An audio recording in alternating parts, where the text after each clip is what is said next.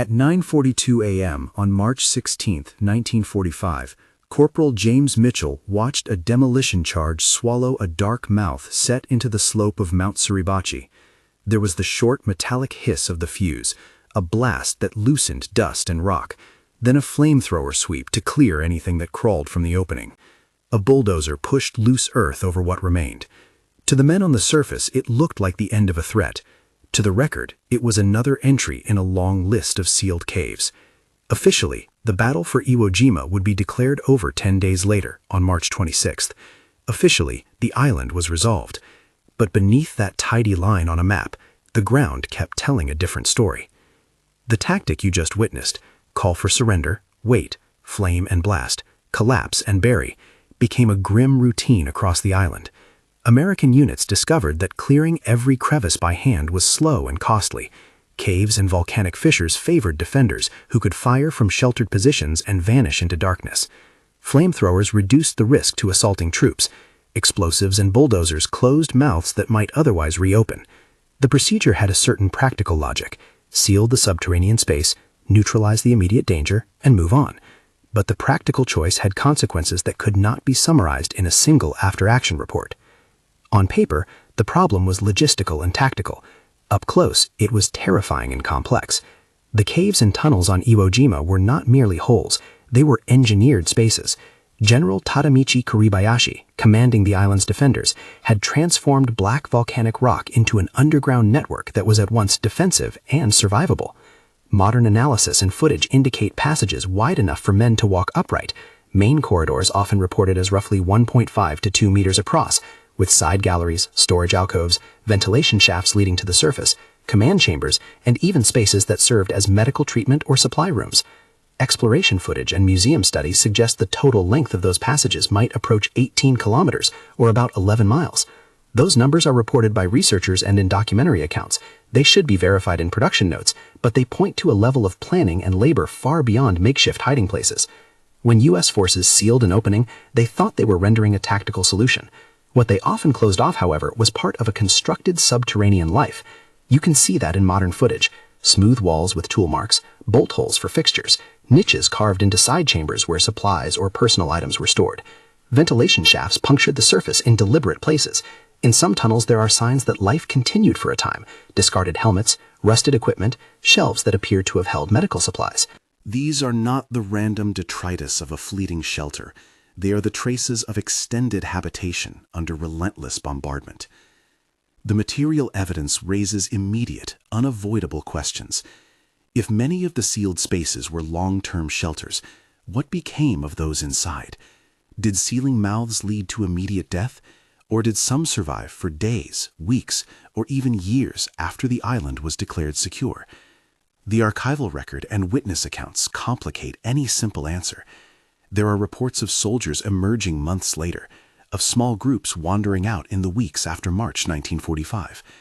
Perhaps most striking is the account reported in later years of a man who surfaced in 1949, emaciated and living in the shadow of the official narrative.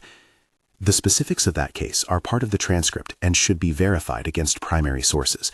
As described in documentary accounts, his appearance indicated that the subterranean world continued to shelter survivors long after the main battle had ended. We should be explicit about what we know and what we don't. Official figures cited in period accounts and later summaries place the number of Japanese defenders on Iwo Jima at around 21,000. Official U.S. casualty figures are often presented as approximately 26,000, with about 7,000 killed and 19,000 wounded. These numbers are widely quoted, but historians continue to review and debate them. In this story, they appear as the recorded totals that framed the public understanding of the battle. The tapes and films that document modern explorations and the archaeological work done by museums and independent teams reveal a different kind of evidence, physical traces that do not fit neatly into those totals. The techniques of sealing tunnels were themselves a byproduct of that pressure to move. Engineers and Marines developed patterns: target the entrance, force any defender to expose themselves, use fire to deny the space, then collapse it. Flamethrowers could reach into hollows where rifles could not. High explosives destabilized structural supports. Bulldozers and earth-moving equipment finished the job, literally burying evidence under tons of volcanic soil. From an operational standpoint, this approach reduced immediate danger and allowed units to advance across the island's surface, but it also had the effect of entombing whatever and whoever remained inside. Modern explorers, entering accessible cavities decades later, often describe the same kinds of features: neatly chiseled surfaces, bolt holes where wooden frames or shelves once stood, niches cut into walls for lamps or canteens, ventilation shafts that suggest deliberate air management. Where walls have collapsed, you can sometimes make out the way stress points were managed: arches or supports cut into the rock, or plugs inserted into passages. In places, there are tool marks that suggest frantic activity: scrapping at blocked exits, attempts to widen or reopen passages. In other sections, interiors are deliberately obstructed from the inside, boulders or sand placed to prevent easy access. Those signs can be read in more than one way. They may indicate defensive measures designed to slow a coastal assault. They may also point to last-minute efforts to conserve air or to seal wounded men away from assaulting troops. The footage suggests both complexity of intent and extreme human improvisation. The presence of personal items inside these spaces, helmets propped on shelves, small cooking pots, fragments of medical bandaging, forces a human lens onto what might otherwise be presented as a purely tactical story. These spaces were inhabited. Men ate and slept in them. They treated the wounded in them. Decisions were made there about when to move and whether to fight or to hide. That is part of what makes the ethical dimension so acute. The method of dealing with subterranean resistance turned living spaces into sealed futures. It did not always translate into immediate death that could be easily classified in after-action reports. It created a category of loss that is harder to account for on paper. Responsibility in wartime is tangled and distributed. On one level, soldiers like Corporal Mitchell were following orders born of strategy and necessity. They were making split-second decisions that prioritized the lives of men on the surface. On another level, institutional choices, what to excavate, what to leave buried, have long-term implications for memory and historical truth. After the battle, practical and political forces shaped what would be investigated. Excavation is expensive, dangerous, and technically complex. Sealed chambers can be unstable, prone to collapse if disturbed. There are also cultural and ethical considerations. For many in Japan, and among descendants of those who fought, disturbing burial spaces carries a moral weight that outweighs the desire for forensic closure. The Japanese Ministry of Defense, as well as various museums and research institutions, have approached the question cautiously. Where access has been possible, studies have been done and artifacts documented. Where access has been impossible, silence remains. That institutional reticence has a cost. When we choose not to dig, not to open, not to know, we also choose a certain kind of forgetting. Official closure, an end date stamped on history, can be comforting. It allows governments and societies to move forward, to set commemorations, to build memorials. It also allows messy, inconvenient evidence to remain beneath the surface, physically present but politically muted. The tension between respect for the dead and the responsibility to document and remember is genuine and unresolved. Is silence an act of respect, or a way to avoid uncomfortable truths? The answer is not simply one or the other. It is a question that must be confronted by families, by historians, and by the institutions that steward collective memory. Consider the human stories that complicate the neat totals. Corporal James Mitchell returned home with what became a private weight of what he had seen and done. For many veterans, the memory of sealing a mouth and moving on, whether justified or regretted, stayed with them. Those private burdens sit beside more public, incontrovertible facts: the reports of men who left underground only after months, the accounts of small groups that wandered out in late spring of 1945, and the lone case of a man reported to have appeared in 1949.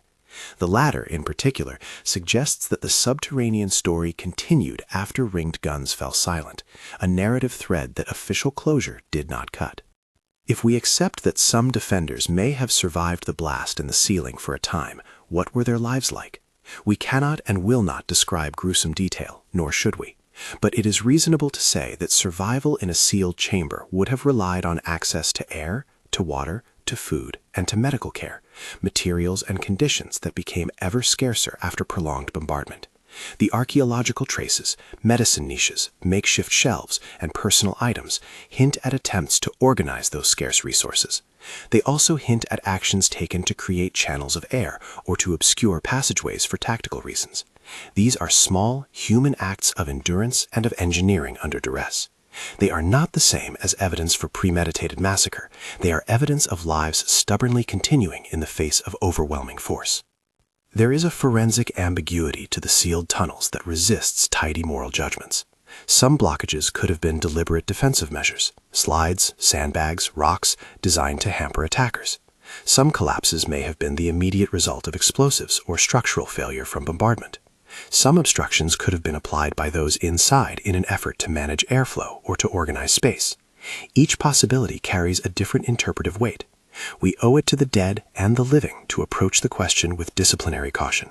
Archaeology should inform, not dictate moral judgment, and documentary footage complicates rather than resolves the picture. A further complication is memory itself. The politics of post-war remembrance shaped what stories were told and which were left in shadow. For the United States, Iwo Jima became a symbol of sacrifice and valor. For Japan, it was a painful episode in a broader catastrophe.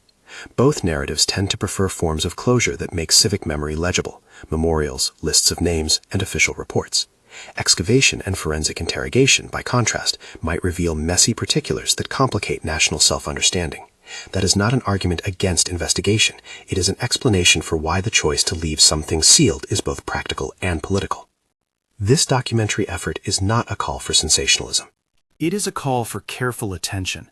When modern explorers take a camera down into an accessible tunnel and find bolt holes, niches, tool marks, or abandoned equipment, those images demand interpretation by historians, archaeologists, and by publics with ties to the battle. The images also demand empathy. The men who built these tunnels included Japanese defenders and, in many cases, Korean laborers pressed into service by Imperial Japan. Those humans are part of the trace. Treating them with dignity is not merely an ethical obligation, it is essential to honest scholarship. We should also be clear about the limits of the evidence. The 18-kilometer figure for tunnel length, the numbers of defenders and casualties, the story of the 1949 survivor, these are reported in documentary sources and are part of public accounts. They should be verified, contextualized, and footnoted in any formal publication. Where verification is not immediately possible, the language of reporting must be cautious. Exploration footage suggests, archival accounts report, museum studies indicate. That epistemic modesty is not hedging, it is the only responsible way to approach contested terrain. So where does that leave us? The title of this piece names the core paradox. This site was officially resolved, a date declared, a battle closed, but the evidence never was. The tunnels beneath Iwo Jima, whether sealed by engineers, collapsed by shells, or deliberately blocked by those within, remain a material reminder that administrative closure and physical reality are not always the same thing. The ground holds traces that complicate tidy narratives. The stories of those who sealed mouths and those who might have remained inside intersect in the dirt and in the recorded fragments left behind. The ethical question that follows is not easily answered. Do we accept official closure as sufficient for collective remembrance, or do we push for further investigation that might disturb graves and reopen wounds? There is moral force to both positions. For some family members and veterans, not to know is a torment. For others, not to disturb is itself a form of respect. Institutions have to balance safety, expense, and cultural values. Yet moral responsibility persists. Societies owe it to the dead to balance reverence with the truth-seeking impulse that historical memory demands. In the end, remembering requires more than a date on a plaque. It requires attentive curiosity, disciplined inquiry, and a willingness to face inconvenient evidence. It requires honoring the dead on both sides of a line, while refusing to let official closure obscure the lived realities those men endured. Corporal Mitchell's memory, the accounts of late survivors, the bolt holes and niches still visible in modern footage, these are parts of a larger story that insists on being told.